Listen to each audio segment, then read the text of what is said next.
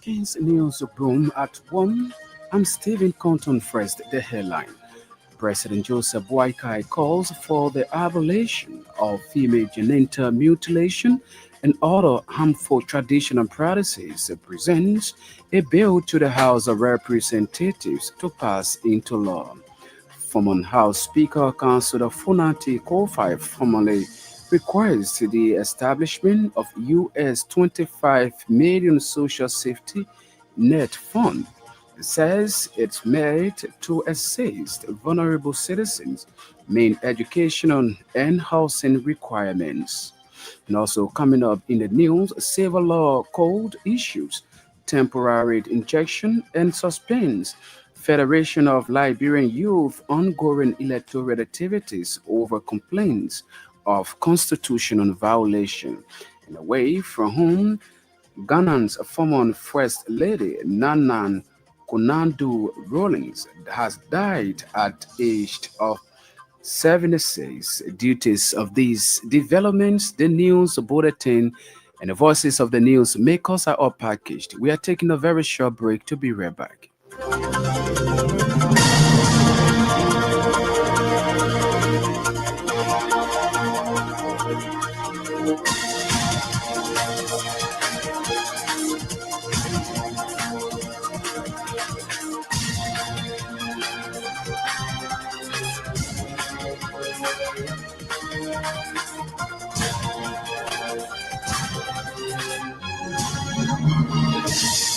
Welcome back. Up next is the Bulletin of News with Newton Topa.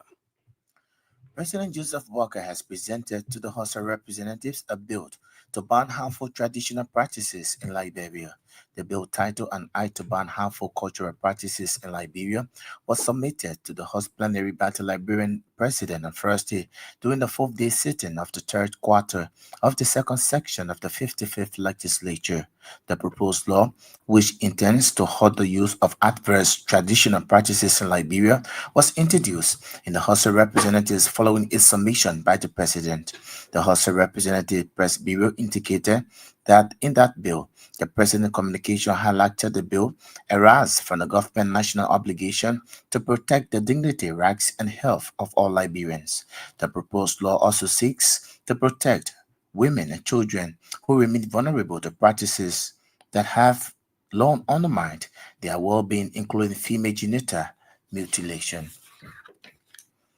At the same time, the plenary of the House of Representatives have mandated its committees on investment and concession, transport, and judiciary to scrutinize the concession and access agreement submitted by President Boakai on Thursday. Following the reading and debate on the instrument, the House's committee was requested to advise the full body within 2 weeks. The decision was reached by plenary Thursday after receiving for the ratification a concession agreement to develop and modernize Liberia's rail and port infrastructure. The agreement, titled the Concession and Access Agreement, was signed between the government of Liberia and Avanho Liberia Limited on July 5, 2025 and submitted to the House of Representatives Thursday, 23 October by President Boakai. Press Bureau of the House of Representatives noted that the 25 years CAA establishes a legal framework to enable all transport, that's the transport of Guinea iron ore through Liberia railways and ports based upon the requisite bilateral agreements with the Republic of Guinea. According to the lower house, the legislative approval of the CAA is expected to open Liberia's share multi-industry use and create pathway for inclusive growth and national revenue expansion. Following the reading and debate on the instrument, plenary mandated the committees on investment and concession, transport, and judiciary to scrutinize and advise the full body within 2 weeks. Former House Speaker Councillor Funati Kofi has written the plenary of the House of Representatives requesting the establishment of US 25 million Social Safety Net Fund. In the communication, the Grand Crew County District 2 lawmaker indicated that the Social Safety Net Fund is aimed at assisting vulnerable Liberians in paying school fees and rent. He noted that As a means of funding the safety net, it is important to limit vehicle purchases for government officials, redirect funds from the Liberia Petroleum Refining Company, and borrow from the National Social Security and Welfare Corporation. Prior to reading the horses, that's the horses committee, Representative Kofod posted on his official Facebook page outlining pressing economic hardship faced by Liberians and called for urgent intervention from the government in the face of these hardships. The speaker communication also referenced social support program in the United States, such as food stamps, as examples of how governments can provide relief to struggling citizens, providing recommendation for financing of the proposed program. Kovac suggested reallocation by resources by cutting benefits, reducing government officials' foreign travels. It emphasized the need for urgent action, noting that ordinary Liberians are restless and crying for relief. Following agitations surrounding the Federation of Liberian Youth upcoming election, the Civil Law Court at the Temple of Justice in Monrovia has issued a writ of preliminary injunction ordering FLY and the Ministry of Youth and Sports to immediately suspend all ongoing electoral activities. The writ signed by Claire Victor Gallo under the authority of J. Buema Conto, resident judge of the 6th Judicial Circuit Court for Montserrat County, was issued Wednesday, October 22nd. Recently, the United Youth for Development Services, through its president, Vanny Hilton, along with provisional presidential candidates Samuel James Pato and Mandela Boli, filed a writ of preliminary injunction. The petitioners accused the Federation of Liberian Youth, its Independent National Elections Committee, and the Ministry of Youth and Sports of conducting the FLY elections in violation of the organization's constitution. According to the court's document, the petitioners are claiming that the ongoing verification and accreditation and electoral processes violate Article 6, 11, 18 of the FLY Constitution. In the petition, the United Youth for Development Services prayed the court to restrain and prohibit the respondents from announcing any electoral timetable or proceeding with any that's related activity pending the hearing and determination of the case. Judge Konto has ordered that the respondents file their resistance to the petition on or before November 1st, warning that failure to do so could result in permanent injunction. The principal of Sally Tugbe Elementary School, a public school in Electoral District 2, Grand Creek County, is calling on the national government through the Ministry of Education to urgently provide school supplies and renovate damaged structures to ensure the safety of students. Madam Betty Williams, who has been serving as principal at the institution since 2017, disclosed that over 200 students are currently sitting on floors due to lack of chairs and desks in classrooms. She described the condition as unacceptable and unsafe for school-going children. Madam Williams also lamented the loss of key facilities, including latrines, sitting benches, and school fence, which she said previously helped protect students during regular school hours. She further expressed disappointment in community residents who are reportedly using schools latrine, blaming the situation on the absence of fence that once secured the campus. Despite many challenges, Principal Williams reaffirmed her commitment to improving the learning environment and called on the Ministry of Education to act swiftly to restore dignity and safety to the school. Grand Judah County Senator Zoe Mondo Pena has commended the Unity Party-led government for what he called payment of over 200,000 United States dollars to the Grand Judah County Community College. Senator Pena also claimed that during the administration of former President George Weah, only 35,000 United States dollars was given to the college, something he said put the institution in bad record with its debtors.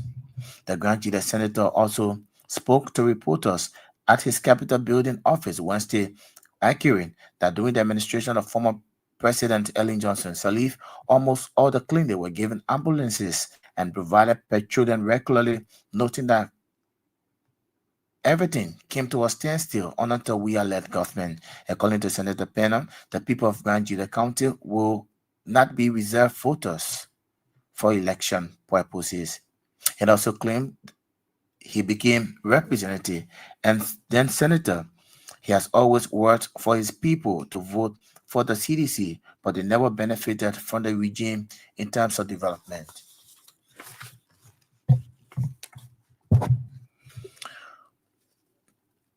The woman who reportedly gave birth to Pastor Jenkins Johnson of the World Changer Deliverance Ministry Church situated on GSA Road has informed Criminal Code 8 that her infant child has passed away. Madam Musukwe's account to the court, according to RCI judicial correspondent, comes when her husband Michael Kwe has questioned the truthfulness of her pregnancy and is seeking for a DNA on grounds that his wife Musukwe got impregnated by Pastor Jenkins Johnson while offering deliverance on her. Madam Musu Kwe informed the court on Tuesday, October 24th, that about child's death when she came along with a 14-year-old son that her husband claimed was kidnapped by the pastor and her. Our judicial correspondent said in the wake of Madam Musu's information, lawyers representing her husband have filed 2 accounts built of information before Criminal Code 8 claiming that his wife has failed to honor a request from the court regarding the 14-year-old child's schooling.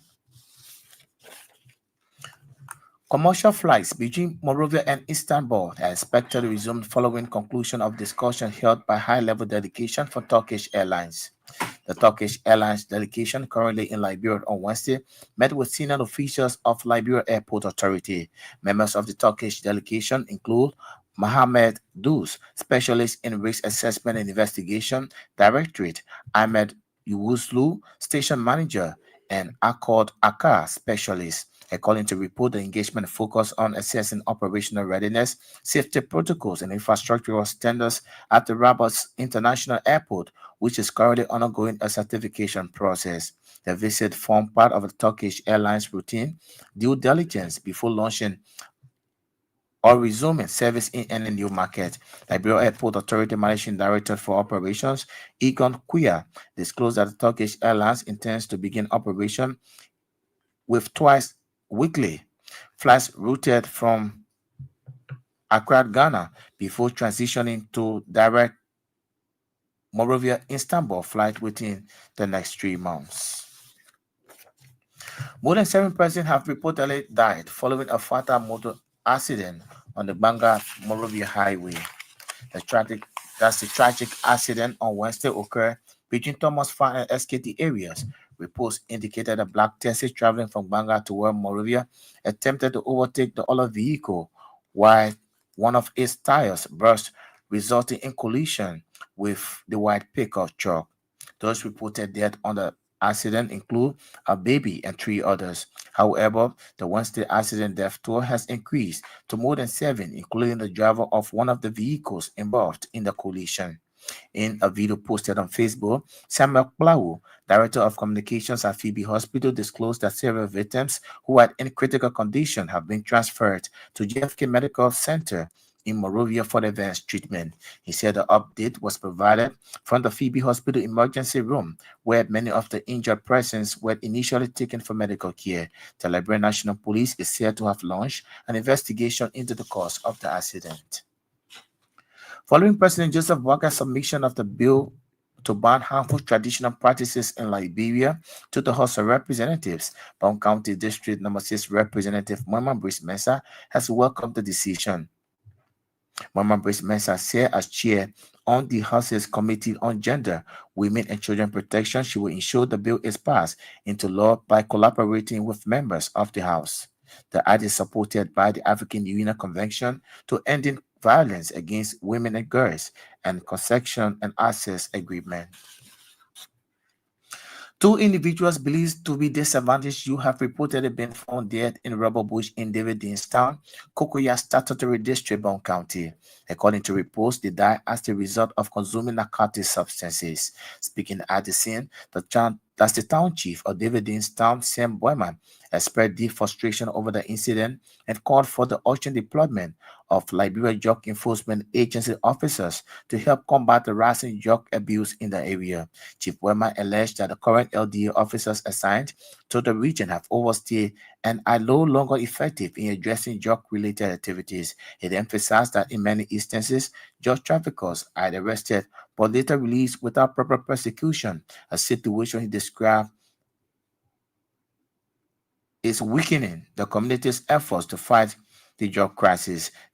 Town is a gold mining community that hosts dozens of illicit miners from across the country, a situation residents believe is contributing to the growing drug problem. The Rural Human Rights Activist Program has made a 10-count recommendation aimed at improving the justice system, the rule of law, and respect for human rights. The program executive director Loman Bisa, among other things, recommended that the human rights community engage the national legislature for the passage of a bill seeking to make Bureau of Correction and Rehabilitation an autonomous agency in order to reduce the burden of the Ministry of Justice. Addressing a press conference on the release of policy paper on Liberia's justice system, Bisa suggested that Liberian government gives priority to the renovation of prison facilities and conducting and renovating the Chinsburg prison to host huge number of inmates at the Morovia Central Prison. And the Ministry of State for Presidential Affairs Destiny has disclosed that the long delayed renovation of the executive mansion remains far from completion, with overall progress estimated at over 40%. Samuel Stifwa, speaking before the Liberian Senate Committee on Executive during his confirmation hearing on Wednesday, provided what can be considered a vivid picture and the current condition of the nation's presidential villa. According to him, although it is the wish for the president to relocate to the mansion, the ongoing back and forth regarding renovation work has made it impractical.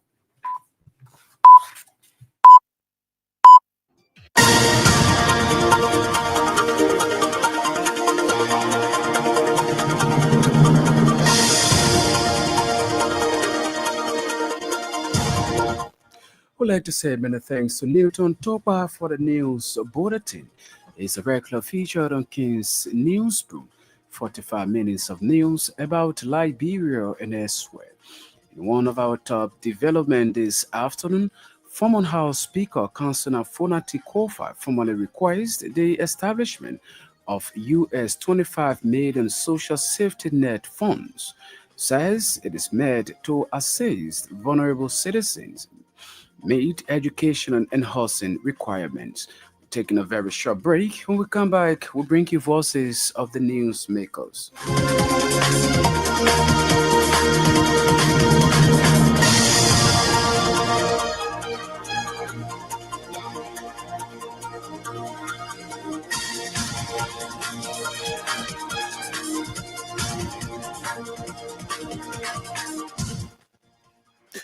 Thanks for rejoining us. And to the first development now, following President Joseph Boykart's submission of a bill to ban harmful traditional practices in Liberia to the House of Representatives, Bon County District 6 Representative Wema Breeze Manson has welcomed the decision. Manson said, as chaired on the House's Committee on Gender, Women and Children Protection, she would ensure the bill is passed into law by collaborating with members of the House. The ad is supported by the African Union Convention on Ending Violence Against Women and Girls and Cohesion and Access Agreement. Origin. And in the process, we see the president sending that bill to us, having a political will for the president. A president of the Republic of Liberia will do that. So now he's walking the talk because he said it to the Greater Political Forum, which is the UNGA, and then he made sure to do this. It's a welcome step, and we want to assure the Liberian women and girls that I think time has come for us to show them and prove to them that harmful practices in our society must come to an end. So we welcome the President's step, our chair on gender, the great advocate of the eradication of harmful practices in our society.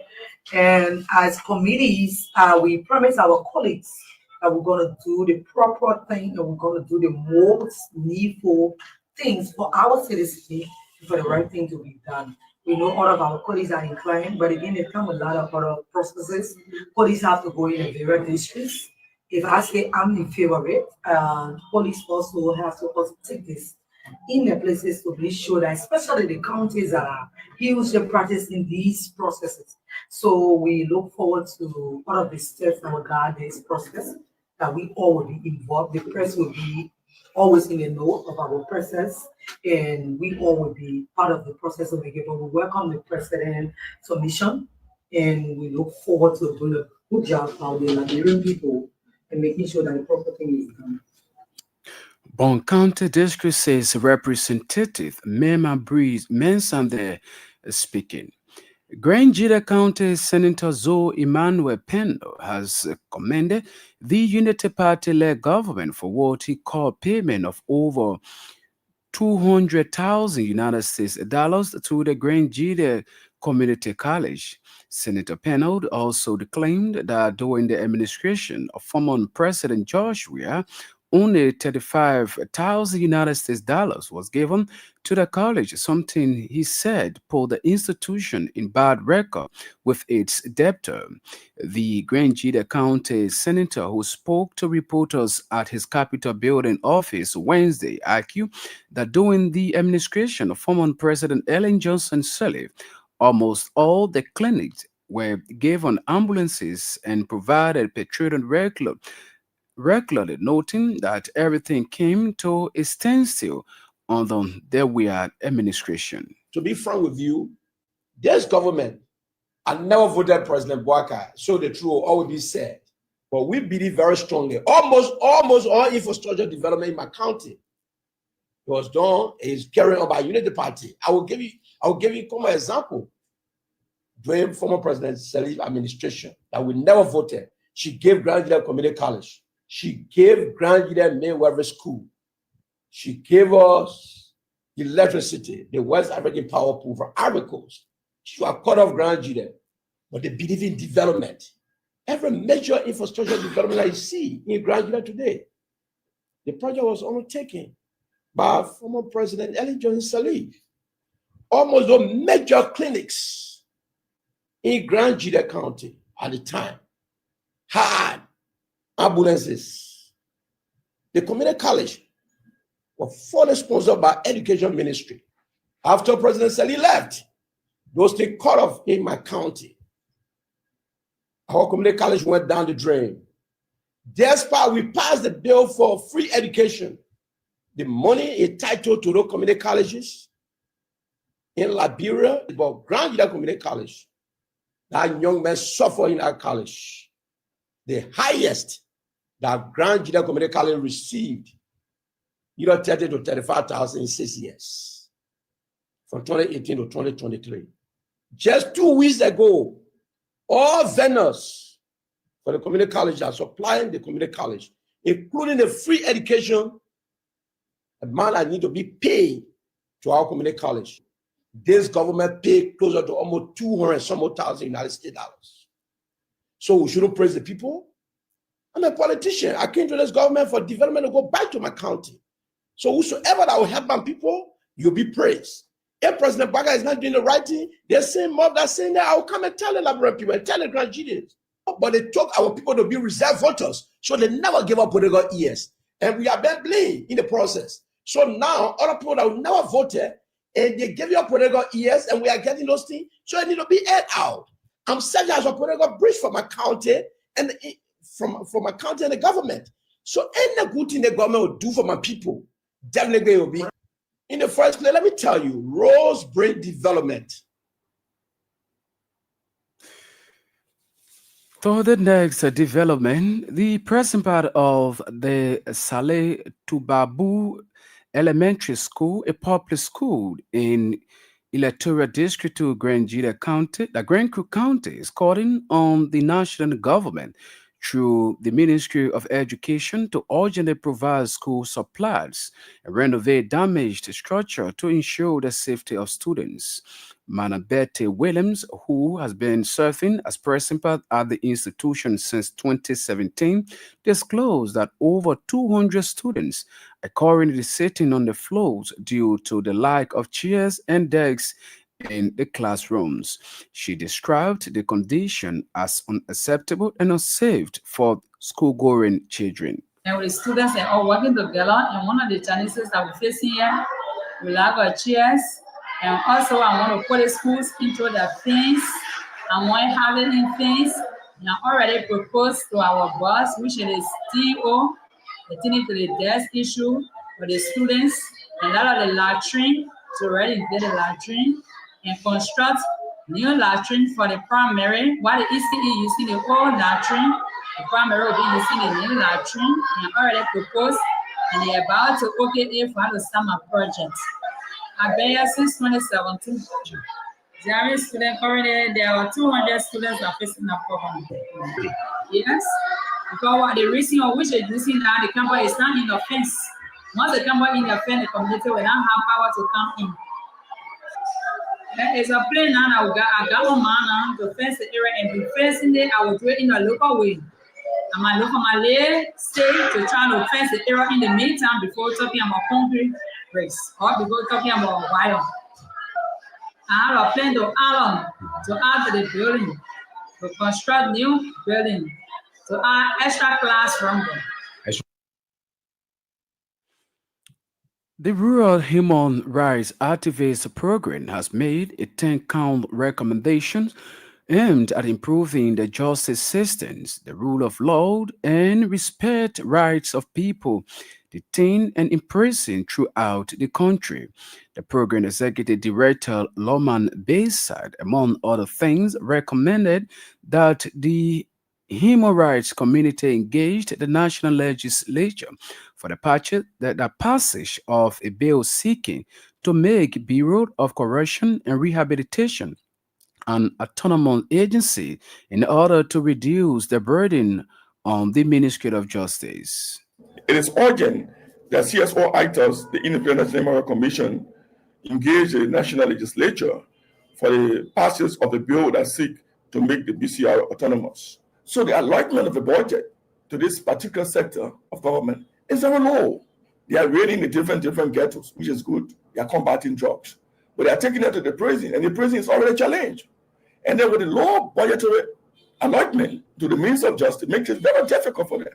Country will say, based on current situation, the government should urgently prioritize the renovation and the construction of prison facilities across the country. We need to make sure that our prisons are good, so that those that break the law will have their time served within the prison.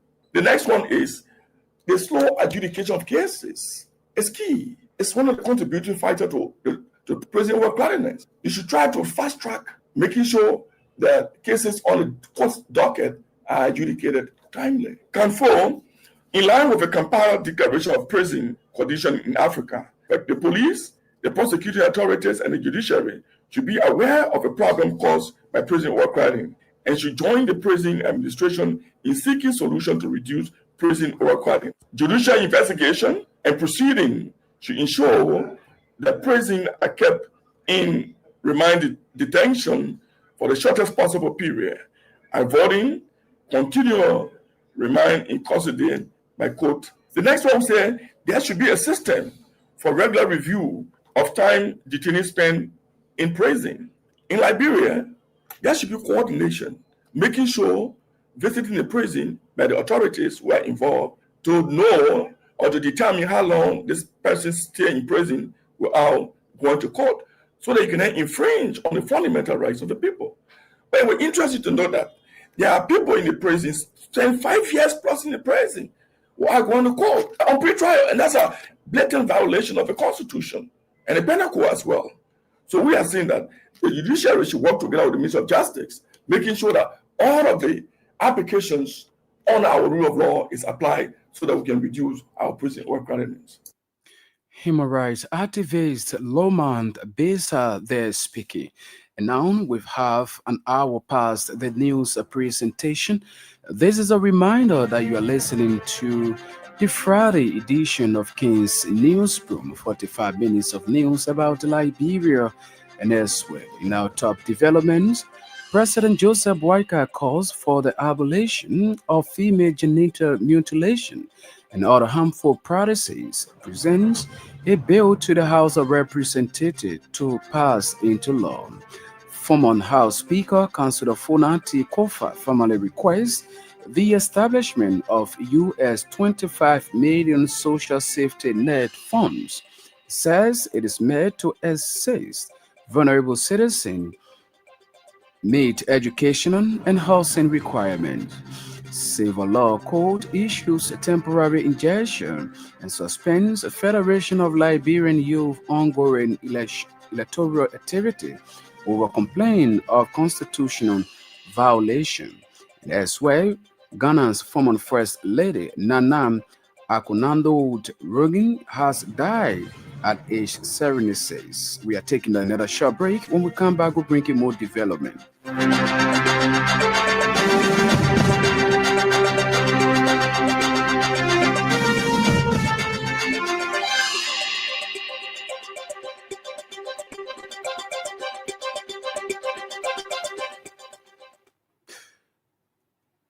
Now, today's development, two individuals believed to be disadvantaged youth have reportedly been found dead in a rubber bush in Dividends Town, Kokoya Statutory District, Bong County. According to reports, they died as a result of consuming narcotic substances. Speaking of the scene, the town chief of Dividends Town, Sam Boerman, expressed deep frustration over the incident and called for the urgent deployment of Liberia Drug Enforcement Agency officers to help combat the drug situation in the area. So we're calling on our government to come in forcefully for a leave for the citizens to join them to fight the drugs. Because our children finishing. So I beg that is the message to go across that the DH will come from straight Monrovia to come join them for all to fight the drugs. Because when we send the same old man bigger in different suit here, it will now the people will not move. The other DA that already assigned here, they are staying on here. So they will say we're using them to fight the drugs. Then we will not work. Nothing. From today, I'm calling on the national government to send out the different troops that not even been here before. Then that the citizens will join them to fight the battle. We've been fighting the battle through those that can assign here. When we carry them to some area, then to what men get the base, they will have to arrest those men. When they carry them, they will not buy our the men will come back to the same area. They'll bring all the business to the same area. I'm saying it as a tanchi. Okay. I think more people here can attest to it. We have on the base, center of the town, while the people start dying from. Okay. And some of them here, even they have susu with the people, the drug business still going on. And they water they live yet. So that's my reason of me saying we need new people who never entered here before when the kind of station we join them to fight them. Dinton yesterday, they're not Dinton today. Dinton yesterday when we were here, when police station was not built yet, that traditional was controlling the town. Okay. At that time, the company was not based in here. But for now, Dinton has gone worldwide. Government already built structure here with a police barrack. So they don't want the traditional control the town now. Okay. That's why we say we want for the central government to come in with a reinforcement. The citizens will join them to fight the battle. Ahead of our news presentation is our foreign news, but there's development set that pace. More than 7 persons have reportedly died following a motor accident on the Bangad-Monrovia Highway. The tragedy occurred on Wednesday between the Thomas Fan and SKT area. Let's not get a highlight. Yesterday, there was an accident made by this white pickup and that black taxi. Where the taxi is like passenger car. The passenger car was coming along while they had accident. About 7 person died. A 7 person died yesterday. This is the site where people die. These are the blood of the human. Human blood are wasting in the lake. As you can see, when they change the quota color, you know, I think their car was damaged on the passenger side. As from the, oh my goodness. You can see this car was damaged right here, and oh my goodness. So passenger side was damaged. Driver, oh my goodness. It says 7 person died. But somebody, I know that somebody was in the trunk. Somebody was in the trunk. Yeah, someone in the trunk. That person was, I think that trunk was safe. Hmm? Trunk was safe. The person that was in the trunk, that person was safe. You know, cut. That person was safe. Thank God. I'm on. But how can 8 person enter in one taxi for driving in the highway? Is it possible? Another? Is it possible? No, it happened. It's two or three person died here. And 2 person died here. And 1 person was in the trunk. And me, there was 8 person. People are making saying that baby. Oh my goodness, 7 person died. Baby, including baby. This is the sign. As you see me, I'm driving for the house. Ladies and gentlemen, this is the situation. My advice to all Liberians when you're driving a taxi, always talk in the driver ear. Be careful and mindful. Now away from home, Ghanaian's former First Lady Nanan Kulando Rawlings had died at age 76. She was the widow of Ghana's long-serving leader Jerry John Rawlings, who died 5 years ago. He led 2 coups before twice being elected president in the country. Social media is awash with tribute to the former First Lady, politician, and women's rights advocate who Ghanaian presidential spokesperson Fles Quiet Ofosu said had died after a short illness on Thursday morning. Her family visited the former Ghanaian the President John Mahama in the afternoon of official notifying of a death.